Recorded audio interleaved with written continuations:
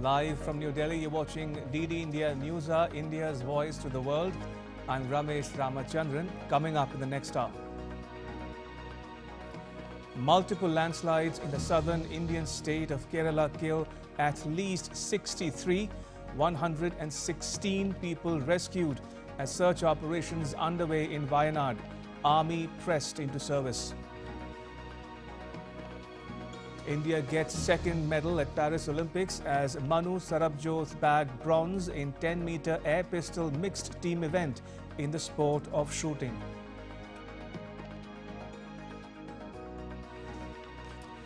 India's Prime Minister Narendra Modi addresses industry leaders on the budget, says India's growth remained exceptional even in times of crisis.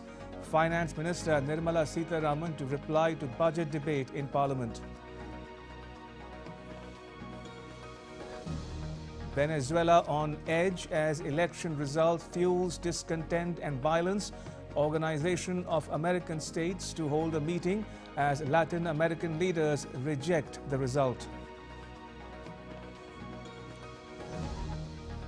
Don't bomb Beirut, the US tells Israel as it races to avert a full-blown war between Israel and the Hezbollah.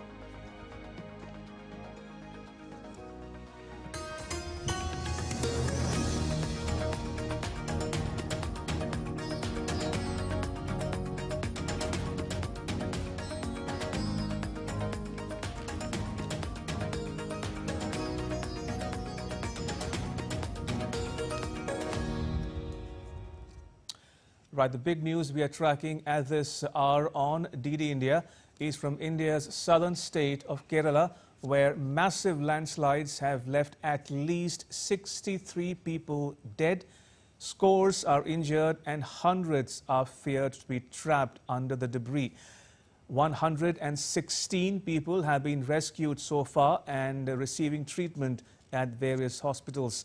2 teams of the NDRF, including 2 helicopters and 4 columns of the Indian Army, are assisting State Disaster Management Authority in carrying out search and rescue operations in the Mundakai Hills of Wayanad district. When this information was received about the landslide in Wayanad district, we already had a team in Wayanad district for the pre-monsoon deployment. This team was immediately rushed to the spot and it started its rescue. Besides, the ongoing rain is proving to be a bit of challenge, but we are continuing with our total might and with our total commitment. The Indian Army's engineering group is also reaching Wayanad to build an alternative logistics system.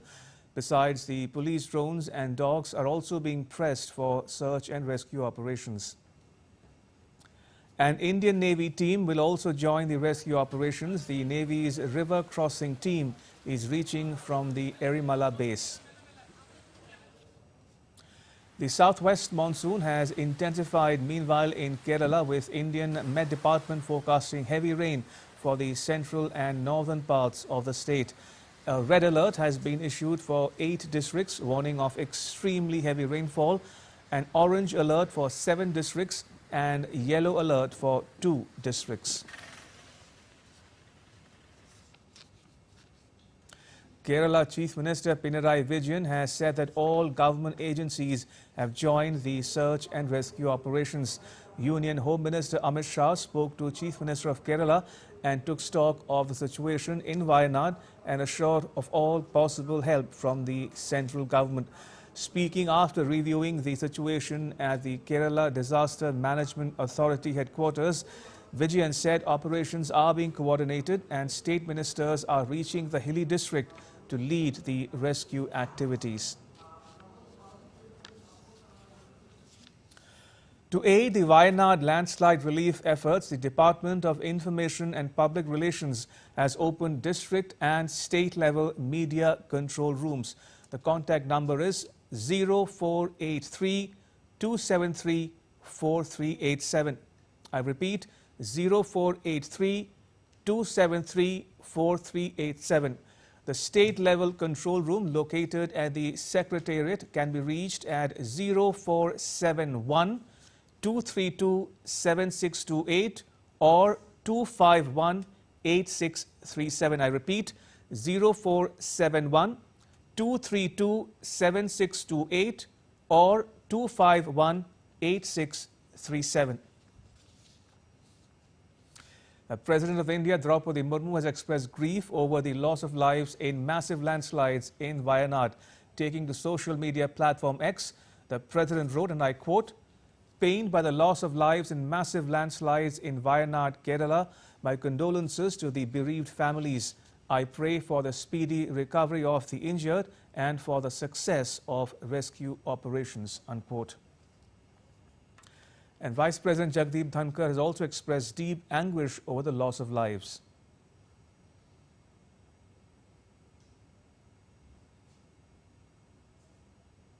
Our thoughts in bipartisan matter are with those who have lost their lives, and if they are injured, we wish them speedy recovery.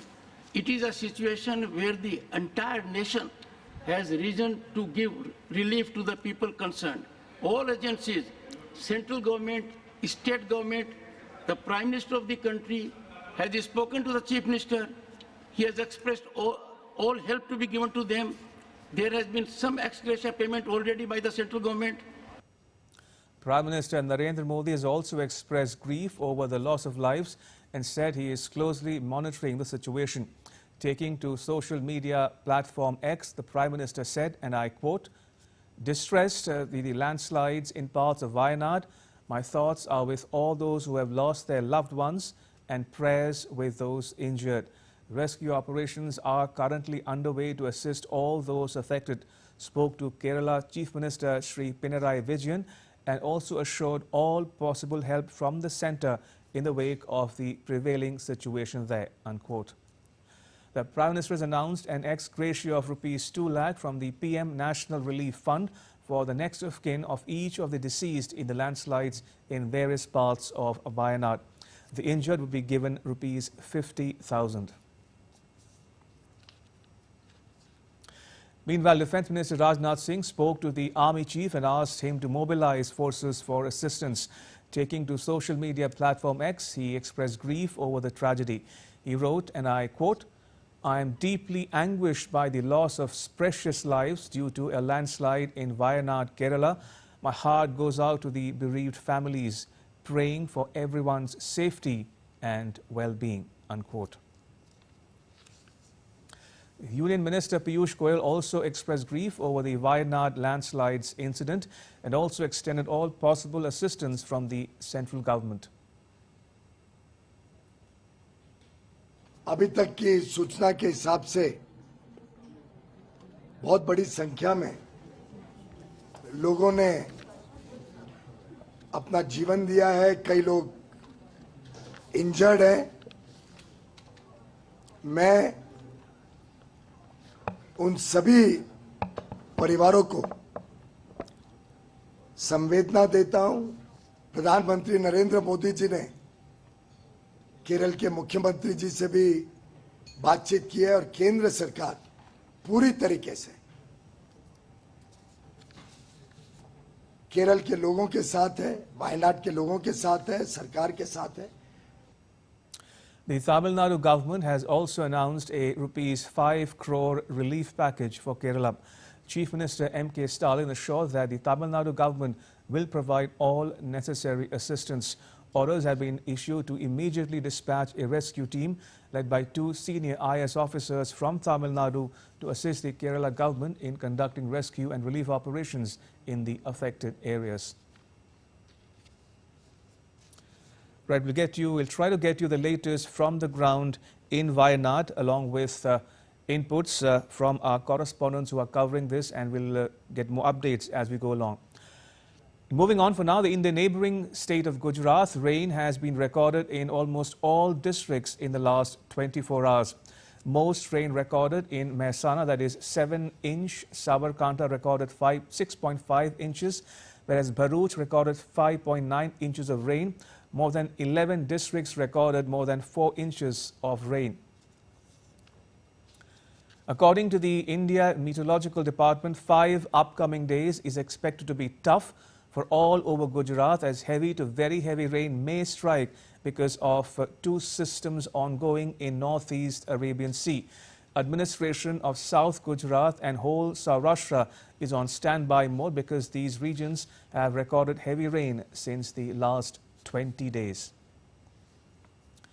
Right, let me go back to the news we are getting from Wayanad in Kerala. Joining me is my colleague Ajay Joy.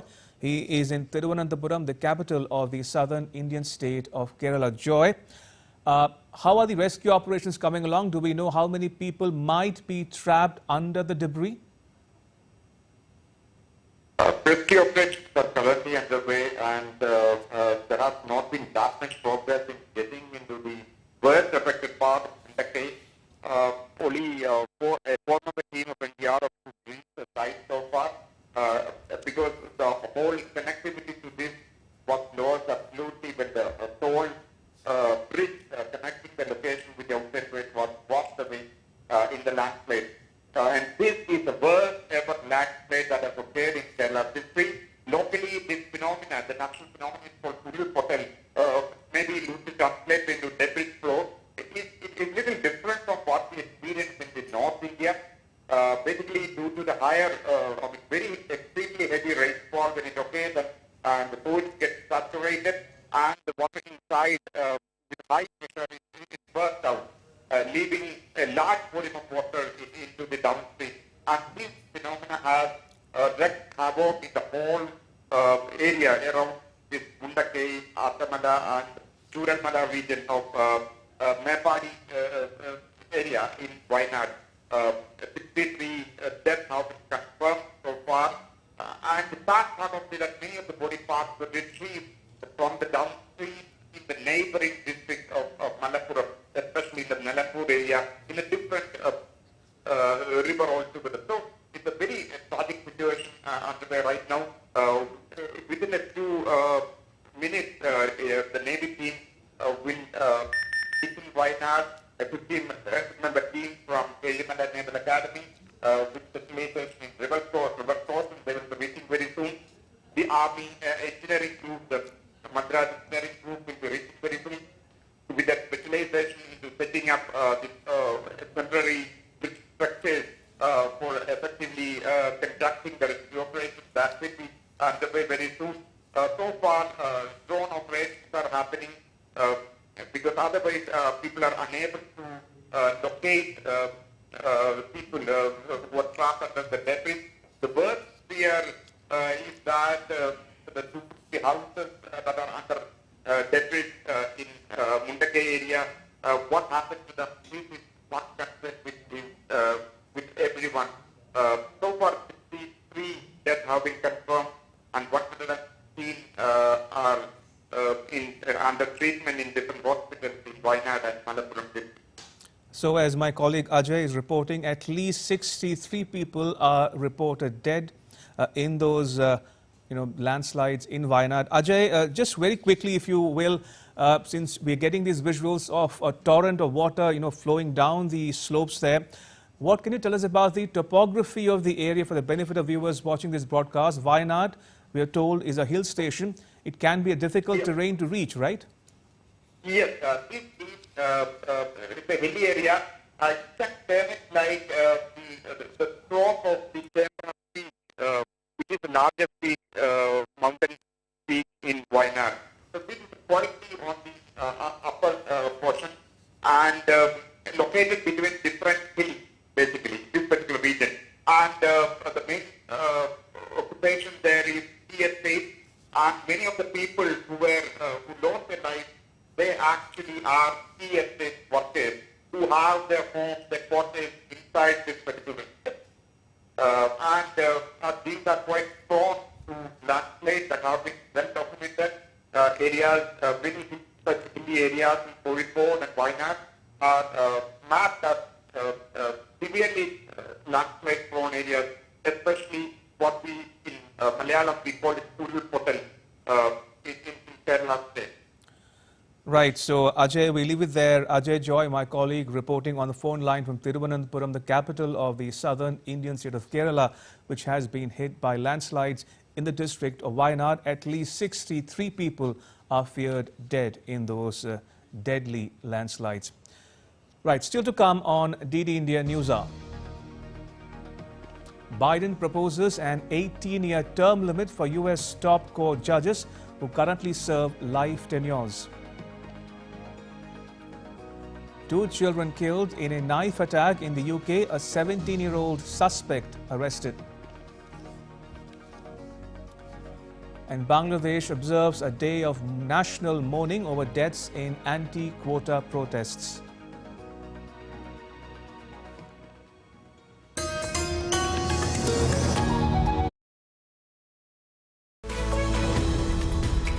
We just don't bring you the news as it unfolds. We get to the heart of the matter. We don't just present facts, we demystify complex social, political and economic events. We break stories that shape the world's present and future because you deserve the truth. I am Tanvi Taneja from New Delhi. I'm Ollie Barrett from London. I'm Nick Harper from Washington, D.C. Join us on DD India Global Monday to Friday at these times.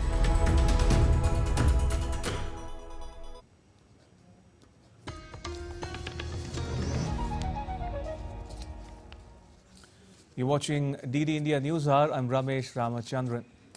The political landscape in Venezuela has plunged into chaos following the recent presidential election. Tension has risen in anti-government protests in Caracas over the disputed election result. Take a look at the next report. Venezuelans have taken to the streets after the Electoral Authority officially declared President Nicolas Maduro the winner of country's presidential election that the opposition says was marred by fraud. Thousands of protesters took to the streets of Caracas and showed their rage by burning barricades, blocked roads and banged pots and pans in various neighborhoods, accusing Maduro of fraud. The spokesperson of United Nations Secretary General Antonio Guterres, Stéphane Dujarric, said that Guterres called for complete transparency in Venezuela's election. The UN chief called on political leaders and their supporters for moderation and said all electoral disputes should be addressed and resolved peacefully. Amid protests, Venezuelan President Nicolas Maduro said that his government knows how to deal with the anti-government protests. We have been following all the acts of violence promoted by the extreme right. I can tell the people of Venezuela that if they have done harm, we are acting. We already know this movie. So once more, along with the civil, military and police union, we are acting. We already know how they operate. Estamos actuando.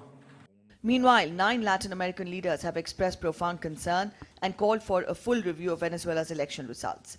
Bureau Report, TD India.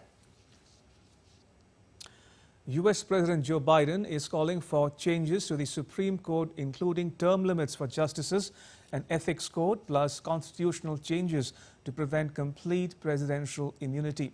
It comes following the highest court's opinion on Donald Trump in the election interference case, which means presidents get immunity for official acts. Caroline Malone has more from Washington, D.C.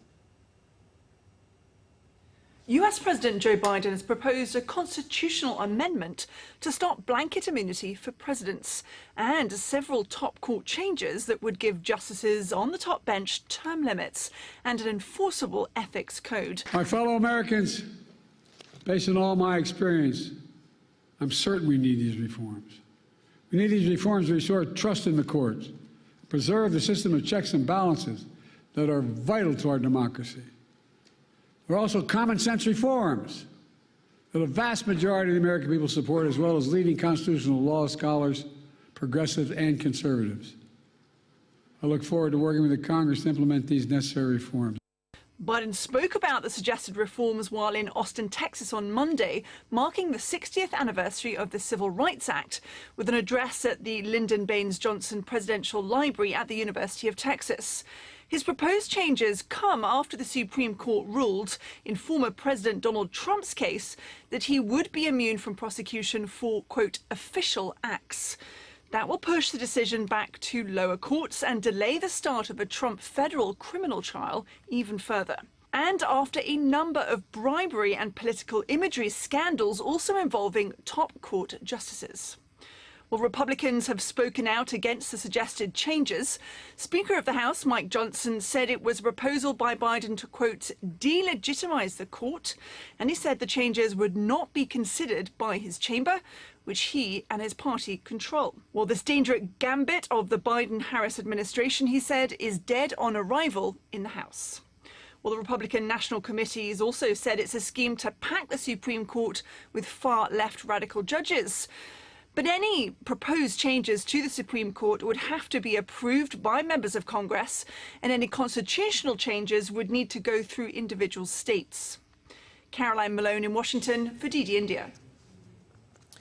U.S. Vice President Kamala Harris's campaign has raised $200 million since President Joe Biden dropped out of the race and endorsed her, according to her team. The campaign says it has 170,000 new volunteers, and the momentum and energy for Vice President Harris is real, according to its communications director. Now, this comes after a weekend of campaigning for both Harris and former President Donald Trump as the U.S. presidential election draws closer. Sally Patterson has more from New York City. Kamala Harris's presidential campaign says it saw a historical weekend of action in the U.S. state of Nevada in an effort to reach 50,000 voters. While the U.S. vice president seems to already be enjoying a strong backing in her party, the Democrats still need to officially select her. The Democratic National Convention is coming up in August.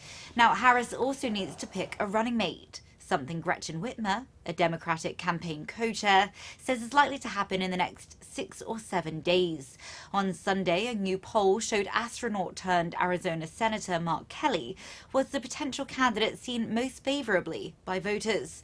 Meanwhile, Donald Trump says he will participate in a victim interview with the FBI about his attempted assassination, a bureau official told reporters on Monday.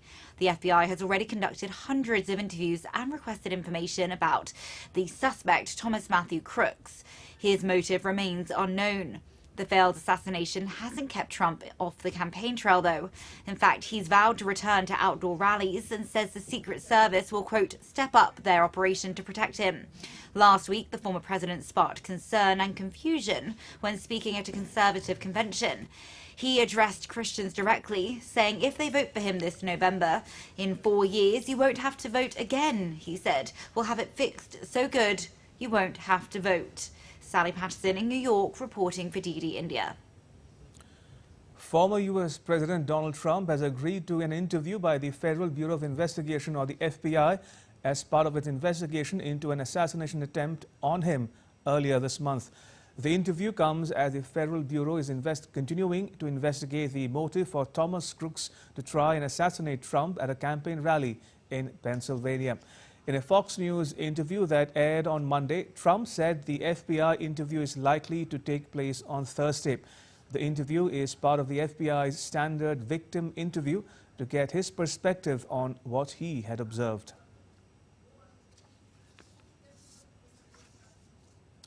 To West Asia now, tensions between Israel and Lebanon have risen since Saturday's rocket strike on the town, which killed 12 children as they played football in Israeli-occupied Golan Heights. Israeli drones struck a remote road in southern Lebanon, underscoring tensions as Prime Minister Netanyahu promised a harsh response to the rocket strike. Video footage showed a crowd of Druze residents gathering in objection to Netanyahu's visit, some shouting in dissent.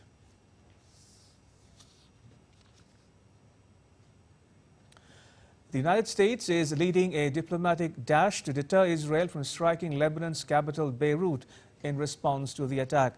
The White House has defended Israel's right to respond to the Golan strike, but asserted that nobody wanted a broader war. Israel and the U.S. have blamed Hezbollah for the rocket strike, though the group has denied any responsibility.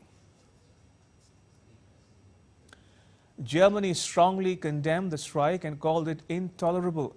It also stressed the importance of de-escalation in the region. Meanwhile, Italy's Prime Minister Giorgia Meloni called on Israel not to fall into the trap of retaliation, expressing her concerns about the situation in Lebanon and risk of a regional escalation.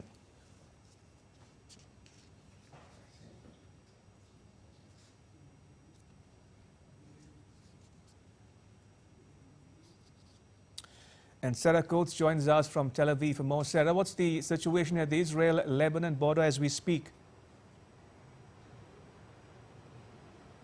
Hello there, Ramesh. Very, very concerning, really. It is coming, really, as these intensive diplomatic efforts are continuing as world leaders call for calm. Now, it is a very fragile situation, a very dangerous situation. And as you mentioned, it certainly does potentially have the capacity to spill over into a wider regional war. Now, a number of Western nations have called on their citizens to leave Lebanon immediately, while a number of European airlines have cancelled their flights in and out of Beirut. So what we're seeing here on the ground now really are these continued tit-for-tat strikes over that border between Israel and Hezbollah, amid a lot of fear over what Israel's retaliation for Saturday's dreadful attack on the Golan Heights, which killed those 12 little children playing football, could be. As you mentioned there, world leaders really try and call on Israel not to strike the capital, Beirut, amid fear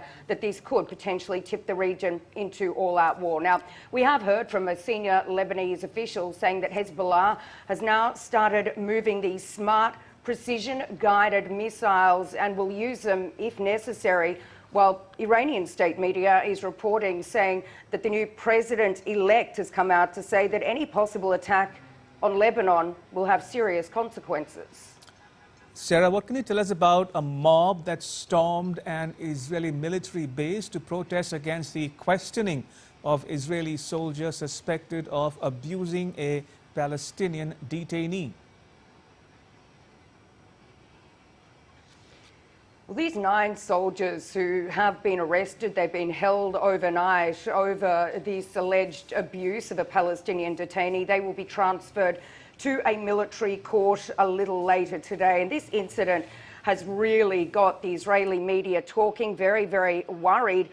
Really, a number of politicians coming out to say that this is causing a lot of problems for Israel's national security. Now, this happened late yesterday after the arrest of these soldiers. We do know that this mob, including border police, military police, they stormed this army base, also aided by a number of far-right members of the Knesset.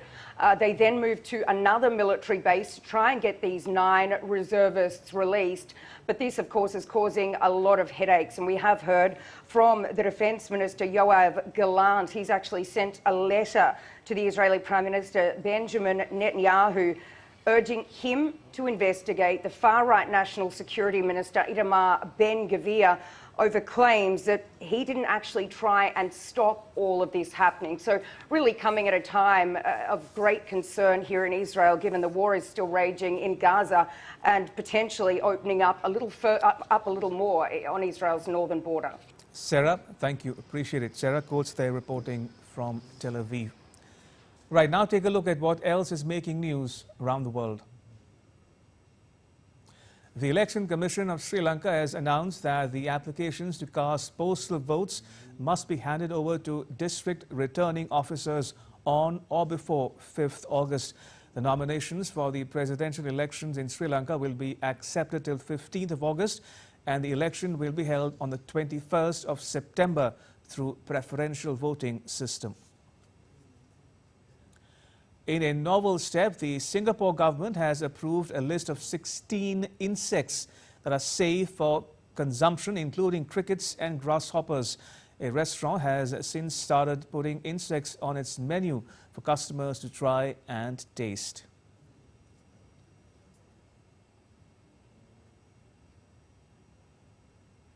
Turkey's parliament on Tuesday approved a law that aims to round up millions of stray dogs and put them into shelters.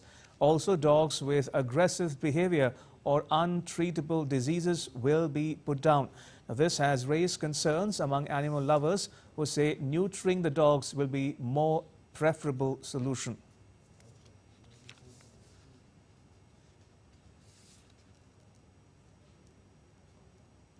Still to come on DD India News Hour. Russia's Navy starts an exercise involving most of its fleet as well as 20,000 personnel and 300 ships.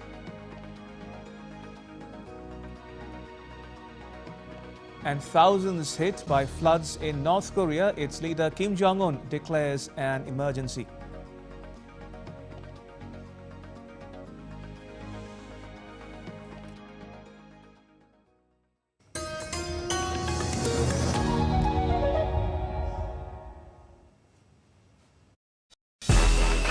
This summer, the world turns its eyes to Paris, and DD India brings you every heartbeat, every victory, and every story.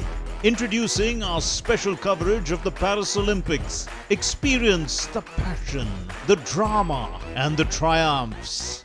With exclusive reports, expert analysis, and up-to-the-minute updates. Join us as we bring the spirit of the Olympics to your screens. Get ready for the ultimate sporting extravaganza on DD India. DD India presents Champions Day Paris. Only on DD India. Every day at 6:30 p.m. IST, 1 p.m. GMT.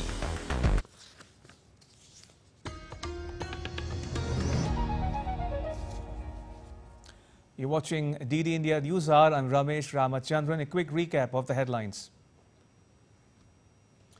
Multiple landslides in the southern Indian state of Kerala kill at least 116 people rescued as search and rescue operations underway in Wayanad. Army pressed into service.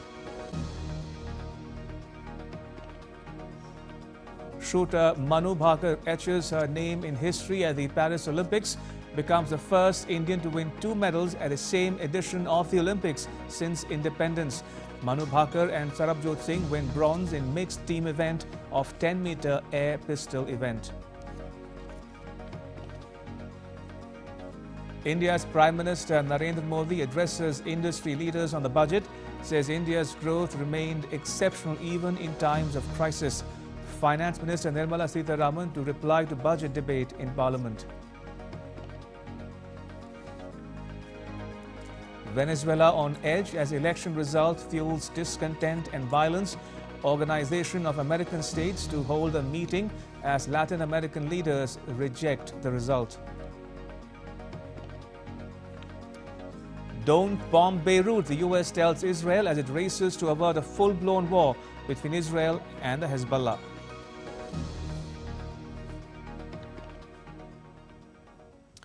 India's Prime Minister Narendra Modi addressed the inaugural session of Journey Towards Viksit Bharat, a post-Union Budget 2024-25 conference in New Delhi. More than 1,000 participants from industry, government, think tanks attended the session. Addressing the session, the Prime Minister said that the day is not far when India will become the 3rd largest economic power in the world. He said India's fiscal prudence is a role model for the world. 2013-14 में जब पिछली सरकार का आखिरी budget आया था, doctor Manmohan Singh ji के सरकार का लास्ट बजट, वो 16 लाख करोड़ रुपए का था, 16 लाख करोड़। आज हमारी सरकार में ये बजट 3 गुना बढ़कर 48 lakh crore रुपया पहुंच गया है। Prime Minister Modi said their main challenge was to revive the economy, which was derailed by the fragile 5 crisis and massive scams running into lakhs of crores of rupees. The PM also said that capital expenditure has grown 5-fold in the last 9 years. 2004 में UPA सरकार की शुरुआत हुई और UPA सरकार के पहले budget में कैपिटल एक्सपेंडिचर करीब 90,000 करोड़ रुपए था, 90,000 करोड़ रुपीस। 10 साल सरकार चलाने के बाद यानी 2014 में यूपीए सरकार का 10वां वर्ष था। अपने कैपिटल एक्सपेंडिचर का बजट 2 लाख करोड़ रुपए 2 लाख करोड़ रुपए तक पहुंचा पाई थी और आज कैपेक्स 11 लाख करोड़ रुपए से भी ज्यादा है। Finance Minister Nirmala Sitharaman also attended the CII post-budget session. Sitharaman will later address the lower house of India's parliament and reply to queries raised about the budget. Discussions on the union budget and the budget of Jammu and Kashmir is underway in the lower house. The minister will introduce the Jammu and Kashmir Appropriation Number 3 Bill 2024 in the Lok Sabha. India's union budget has set the stage for a potential economic boom as per financial experts. The session organized by the Institute of Chartered Accountants Dubai, industry leaders applauded the government's strategic approach to fostering growth while maintaining fiscal responsibility. IITs and IIMs. IIT, they get interns, they get employment reasonably quicker. Whereas the non-IIT guys and non-IIT students, they don't get employment as fast as they should. So they are coming to the two areas. One, of course, the skill development, and second is making it intern compulsory in the top 500 companies. Leave aside other companies. Top 500 companies, you contribute about 85% of the market cap. And those 85% of the market cap companies that take a collective responsibility, then they can actually make the students who come out of the colleges are employable. C.A. Girish Ahuja, a renowned author and tax expert, highlighted India's success in narrowing its fiscal gap, a feat many global counterparts are struggling to achieve. Capital gain raised to 10 to 12%, 12.5%. That means they had a plan of raising short-term and long-term capital gain from 10 to 15% rather. The market can absorb it, because the market is about 10% also. I remember when we were redrafting the law, there used to be a section 10 clause 38 stating that long-term capital gain from the transfer of shares shall be exempt because you have already paid STT on that. But market was going up. They wanted money, and every government wants money. They said, let's raise it, let's close the chapter of exemption. A nationwide mourning is being observed on Tuesday in Bangladesh over quota reform protest deaths. The decision was taken at a cabinet meeting chaired by Prime Minister Sheikh Hasina. Cabinet Secretary Mohammad Mahbub Hussain said everyone will wear black badges and prayers will be offered in mosques and temples. Internet services have been restored in the country. Earlier on Monday, the border guard Bangladesh intensified security measures across the country, particularly in key areas of Dhaka, as nearly 150 people were killed during the violence.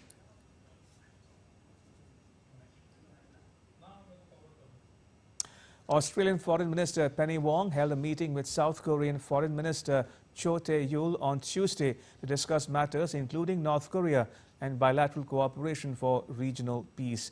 Australia's foreign minister said the recent defense deal between North Korea and Russia was destabilizing and risky for the world after she visited the tense Panmunjom border village in the demilitarized zone separating the two Koreas.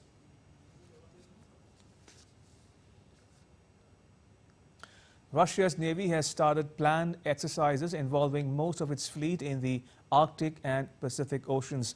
The Navy is also conducting drills in the Baltic and Caspian Seas. The drills, including 20,000 personnel and 300 ships, are aimed at testing the readiness and capabilities of the Navy at all levels. Russia's military said the drills will include more than 300 combat exercises, including practicing the use of anti-aircraft missiles, artillery and anti-submarine weapons. Since launching an offensive on Ukraine in February 2022, Russia has conducted numerous military exercises on its own or with other countries, including China and South Africa. In the past 2 months, Russia has also conducted a series of mobile nuclear missile launcher drills and tactical nuclear weapons deployment exercises. It's also increased military training with Belarus, which borders both Russia and Ukraine, conducting a series of comprehensive drills. Take a look now at some weather-related updates from around the world. Thousands of firefighters are battling the largest blaze in California this year. The park fire has scorched about 368,000 acres and has prompted officials to issue evacuation warnings and orders to several communities. The wildfire has doubled in size over the weekend, creating fire devils and destroying at least 100 structures in northern California.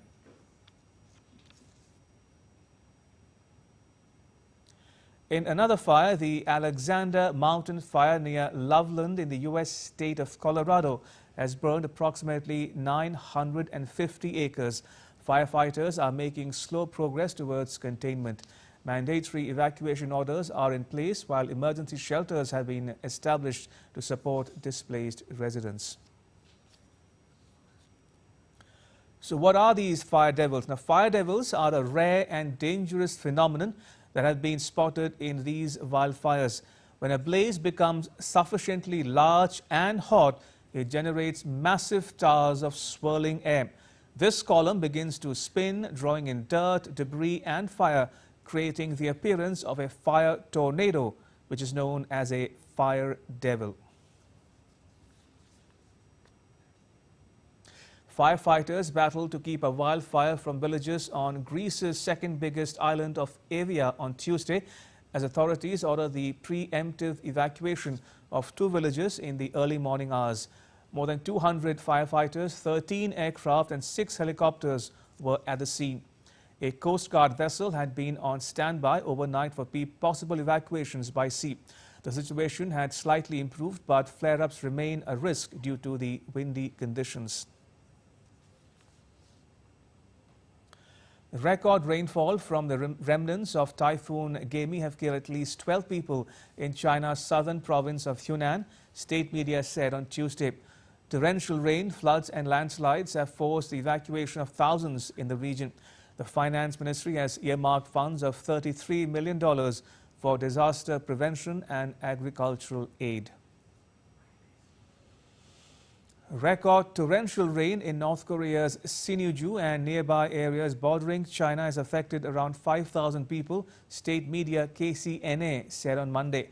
The military has organized around 10 planes to make roughly 20 trips each to rescue 4,200 people within the day. And still to come on DD India News Hour. Oil prices dip in early Asian trading, extending losses from the previous session. In Sri Lanka, grant assistance from India towards upgrading infrastructure facilities doubles. And McDonald's sales fall globally for the first time in more than 3 years.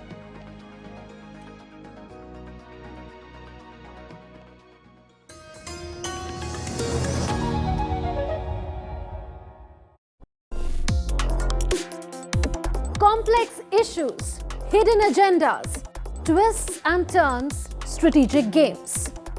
We think all dots are linked. We just need to connect them.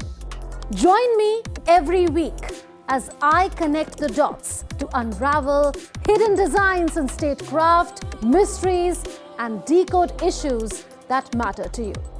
Watch Connecting the Dots with me at these times on DD India.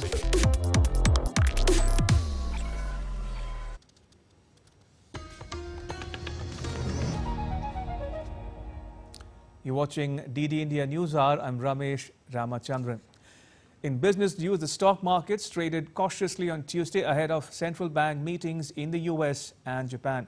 The dollar and yen remained stable as traders awaited key central bank decisions, starting with the Bank of Japan and Federal Reserve meetings.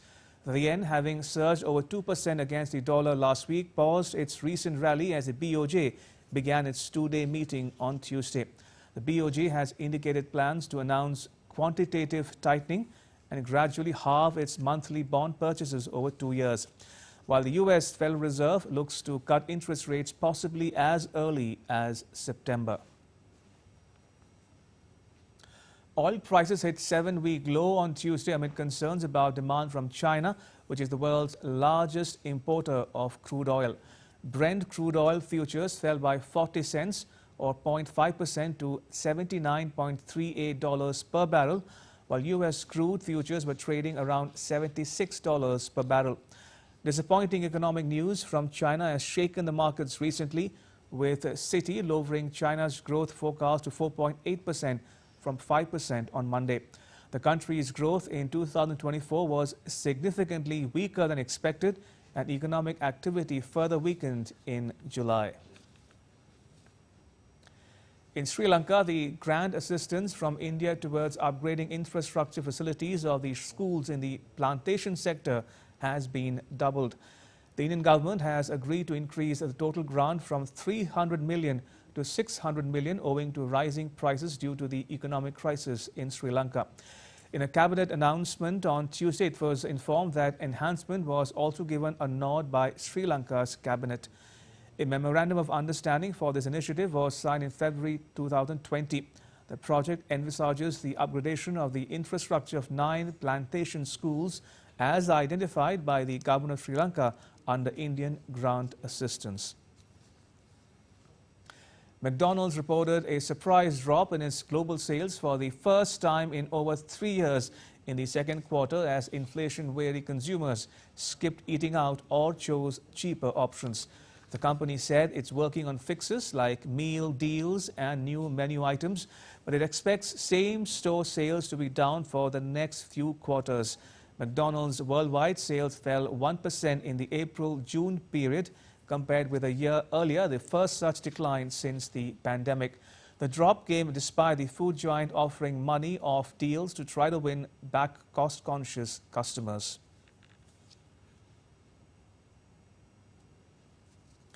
And now to all the news from the world of sport. Another good news came from Paris Olympics just a while ago. India's star shooter Manu Bhaker and Sarabjot Singh bagged India's second bronze medal in 10-meter air pistol mixed team event. With this, Bhaker became the first athlete in the history of independent India to win 2 medals in a single Olympics edition. It was Norman Pritchard who bagged 2 silver medals in the 1900 Olympics edition.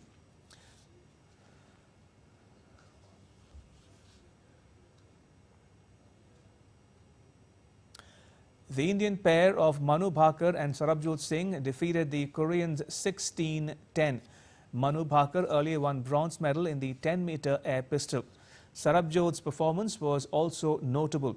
He had lost out on an individual final spot and finished 9th on account of firing 1 less in a 10 on the opening day of the games. Each team member was allowed to fire a single shot in 50 seconds. The team with the highest combined score of each round was awarded 2 points. A tie in a particular round will saw the teams split points. The first side to reach 16 points won, and India won 16-10. And President of India Draupadi Murmu has congratulated Manu Bhaker and Sarabjot Singh for winning the bronze medal. In a tweet, she said, and I quote, "Manu Bhaker has created history, becoming the first woman shooter from India to win 2 medals in the same Olympic Games. She's done us immensely proud. I wish her and Sarabjot Singh many more laurels in the future," unquote.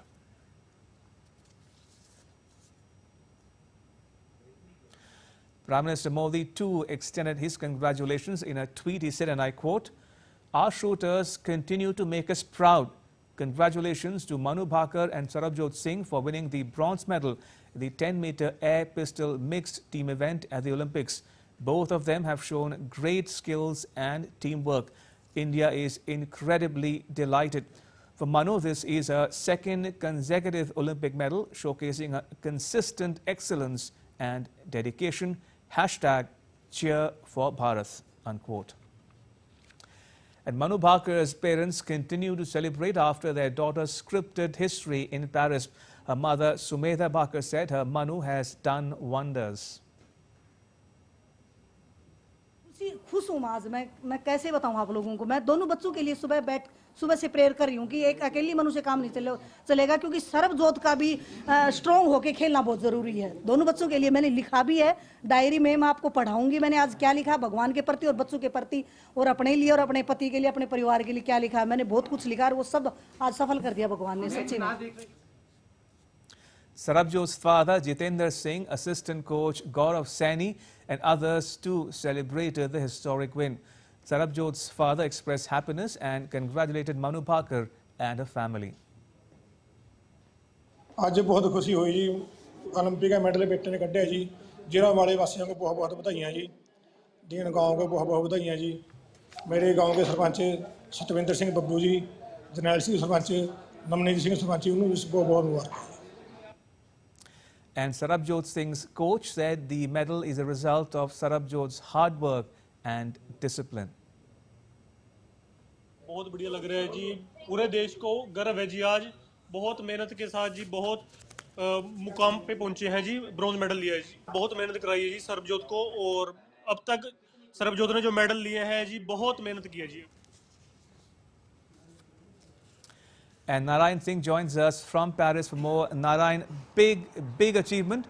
Another medal for India and Manu Bhaker. How are the scenes there at Paris after the medal win? Are the Indians there celebrating? Yes, Ramesh, we can say that is a celebratory mood here in the Chatro shooting range, which is 300 kilometers from the main Paris. And Indians are in the large numbers here who are just, we can say that, holding tricolor in their hand and celebrating this historic achievement. And we can say that it will act as a milestone in the history of the Indian Olympics. A player winning the 2 medals in the single edition, we can say that is a big achievement. It shows it's a reflection of the work done by the government, Sports Authority of India, and also our athletes, the kind of hard work they have done. And we can say that it's not an easy feat to just participate in the Olympics, and what to talk about the winning the 2 medals in the single edition of the Olympics. And considering the fact that in shooting it's a very tough competition where the shooters of the South Korea, China are there, and our athletes are giving a tough competition to them. All in all, a historic moment. And most important thing is that our shooters have learned a lot from the Tokyo disaster, where they returned empty-handed. At that time also there was a lot of expectation from our shooters, but they learned from that thing, and now they are winning medal. And just they have set the Indian contingent, we can say that, on a morale booster thing. Now when medal comes in the early stages of any tournament, definitely it also motivates and we can say inspires other athletes also. And in other disciplines also we will see now that our athlete will, as the tournament will progress, because in other disciplines the stage is around 32, round of 32, 16 and quarterfinals are underway.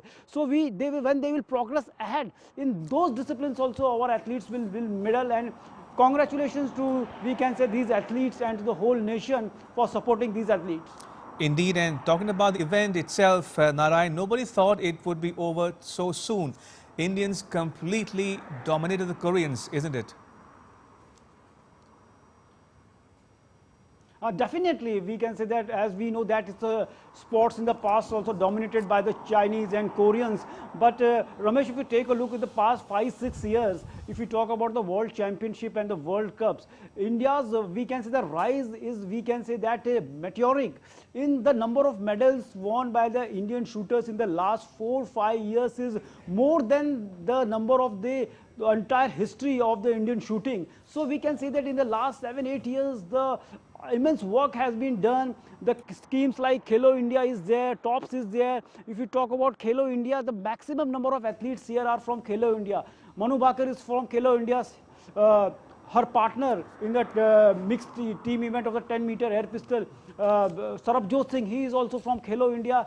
Other our shooter like Asha Singh, Anish Banwala and Siftkaur Samra all played in the Khelo India. It's the ambitious vision of the Prime Minister Modi to make the grassroots level of the Indian sport very strong. When Manu Bhaker interacted with PM Modi before leaving for the Paris Games, she said that the schemes like Khelo India are very helpful, and she was the part of the Khelo India since 2018 and participated in the first edition of the Khelo India. And she said that Khelo India is catering all the needs of the athletes, and after that they are shifted to the top scheme, which is a target Olympic podium schemes, and all the athletes here in the Paris comes under that scheme. Absolutely. On that note, Narayan, thank you, appreciate it. Narayan Singh reporting there from Paris.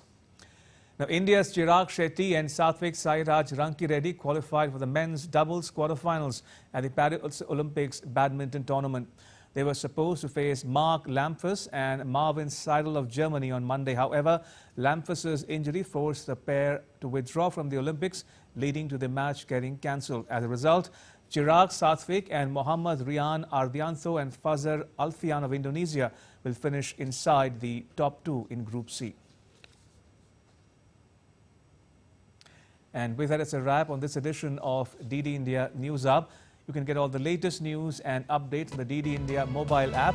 It's available on Android and iOS platforms. You can scan the QR code on the screen to download it. And let us know your thoughts on the news of the day. You can connect with us on Facebook, X and Instagram.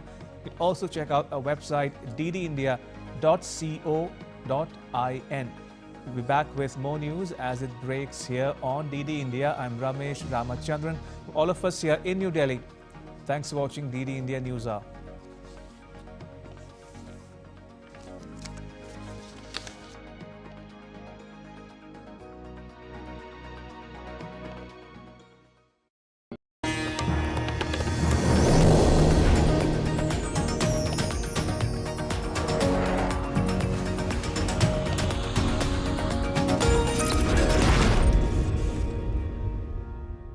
ए संभाल कर हाँ